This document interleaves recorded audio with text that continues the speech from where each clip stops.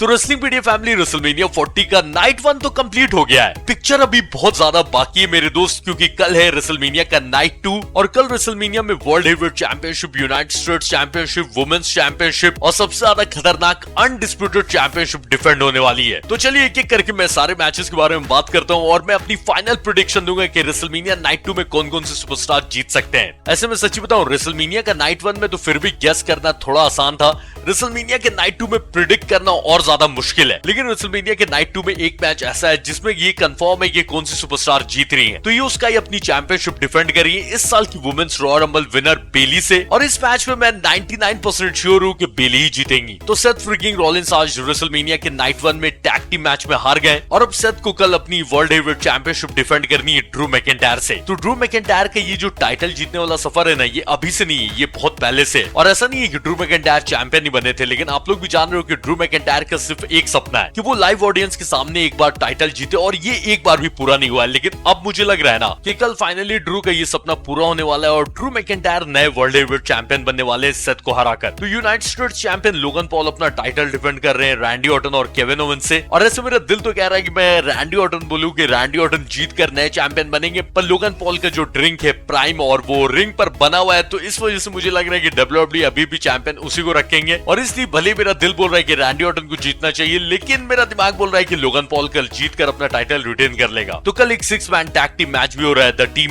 Pride और the team final testament के बीच में, और मुझे लगता है कि इस मैच में ऐसे तो बॉबी लैशली और स्ट्रीट प्रॉफिट को डब्ल्यूडब्ल्यूई को जिताना चाहिए, लेकिन मैं प्रिडिक्ट करूंगा कि द फाइनल टेस्टामेंट जीतेंगे। तो भले ही रेसलमेनिया के नाइट 1 में मेरे को लगा था कि जी और जिमी उसको बहुत अच्छा मैच देंगे, उनका मैच ठीक ही ठाक था, बहुत अच्छा नहीं था, पर एजे स्टाइल्स और एलए नाइट से मुझे बहुत ज्यादा उम्मीद है और इनका मैच देखने लायक होगा। लेकिन वो अलग बात है कि फिली के ऑडियंस को पता नहीं क्या हो गया, वो लोग ठंड के वजह से या किस वजह से आज पूरे रेसलमेनिया में डेड टाइप का क्राउड देखने मिला, और इसलिए फैंस बोल रहे हैं कि नेक्स्ट ईयर से ना फिली में कभी गलती से भी रेसलमेनिया मत करवाना। तो पूरी दुनिया के फैंस इस चीज को लेकर कंप्लेन कर रहे, तो हो सकता है कि कल फिली के ऑडियंस ज्यादा अपने को एक्टिव देखने मिले, क्योंकि अगर लाइव ऑडियंस डेड रहती है ना, तो फिर टीवी में देखने में पता चल जाता है कि ऑडियंस इंटरेस्टेड नहीं है, और फिर आधे मैच का वो मैजिक खत्म हो जाता है अगर ऑडियंस रिएक्ट नहीं करती है तो। अच्छा, इससे मुझे एक बात याद आई जो कि जॉन सीना ने बहुत टाइम पहले बोली थी कि एक डब्ल्यूडब्ल्यूई सुपरस्टार चाहता है कि उससे जो ऑडियंस है वो उसे चीयर करे, उसे बू करे, लेकिन उसका सबसे बड़ा डर ये रहता है ना कि ऑडियंस कहीं चुप नहीं रहे उसके मैच के टाइम पर। तो इसलिए एक डब्ल्यूडब्ल्यूई सुपरस्टार को फैंस चीयर करें या बू करें,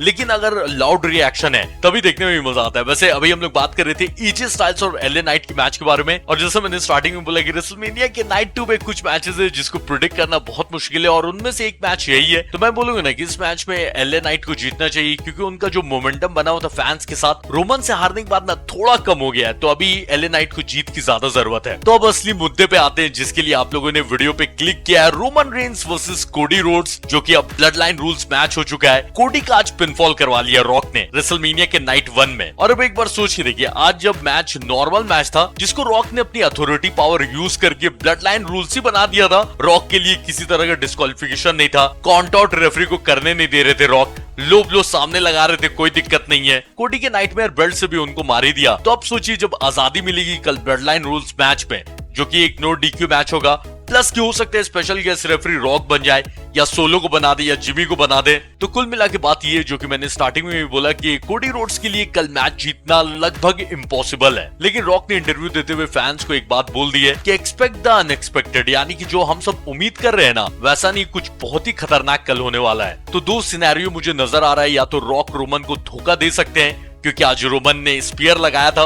तो हो सकता है कि इस चीज को कल फॉलो अप किया जाए और कल फिर रॉक को गलती से चोट लगे या कुछ ऐसा, और आगे जाके रॉक वर्सेस रोमन तो होना ही ऑब्वियसली, अब अगले साल हो चाहे समर स्लैम में हो, तो ये मैच कल सेट हो सकता है अगर रॉक धोखा दे देते हैं रोमन को। और दूसरा सिनेरियो ये, जो कि आप लोग बहुत दिन से सुन रहे होंगे, कि स्टोन कोल्ड स्टीव ऑस्टिन और जॉन सीना रिटर्न आने वाले हैं। तो सीना का मुझे नहीं पता कि कोडी के मैच में आएंगे या नहीं, लेकिन रॉक और स्टोन कोल्ड की दुश्मनी कितनी आइकॉनिक है आप लोग जान ही रहे हो। और जब रेसलमेनिया 40 का स्टेज सेट हो चुका है, तो कल रॉक जब अपनी अनलिमिटेड पावर यूज करते रहेंगे तो स्टोन कोल्ड आकर स्टनर लगा सकते हैं रॉक को। और ट्राइबल चीफ कल ऐसे भी हिस्ट्री बनाने वाले 9 रेसलमेनिया का मेन इवेंट, जो कि आज तक कोई भी डब्ल्यूडब्ल्यूई सुपरस्टार ने इतना मेन इवेंट में फाइट नहीं किया है। और हाँ, मैं ऑब्वियसली रेसलमेनिया की मेन इवेंट की बात कर रहा हूँ। हल्क हॉगन का रिकॉर्ड था 8 मेन इवेंट में रेसलमेनिया में फाइट करने का, जिसको रोमन ने आज टाई कर दिया है। कल वो उसको ब्रेक कर देंगे 9 मेन इवेंट में फाइट करके, और रोमन को कल 316 दिन हो जाएंगे एज यूनिवर्सल चैंपियन। लेकिन कल मुझे लगता है कि रोमन का टाइटल रेन खत्म होने वाला है और कोडी फाइनली अपनी स्टोरी फिनिश करने वाले हैं, क्योंकि लगातार ये तीसरे रेसलमेनिया के मेन इवेंट में कोडी का पिनफॉल या सबमिशन जैसे भी वो हारे तो फिर कोडी का सारा मोमेंटम खत्म और ये जो फिनिश द स्टोरी वाला चैप्टर है ना ये भी खत्म हो जाएगा। तो एक तरह से या दूसरी तरह से कोडी की कहानी कल खत्म हो रही है। बस अब देखना ये है कि कोडी क्या खुद से अपनी कहानी खत्म करेंगे या फिर रोमन और पूरी ब्लड लाइन कोडी की कहानी हमेशा के लिए खत्म कर रहे हैं। तो रेसलिंग पीडिया फैमिली सारे मैचेस के लिए आप लोग भी अपनी प्रेडिक्शन बताइए और उसके बाद हम लोग देखेंगे कल कितनी प्रेडिक्शन सही होती है, क्या होती है। और अब मैं मिलूंगा आप लोगों से कल रेसलमेनिया नाइट 2 के मेन इवेंट के रिजल्ट के साथ। तो चलिए टाटा, वीडियो को लाइक कर लीजिएगा, नए हो तो सब्सक्राइब कर लीजिएगा।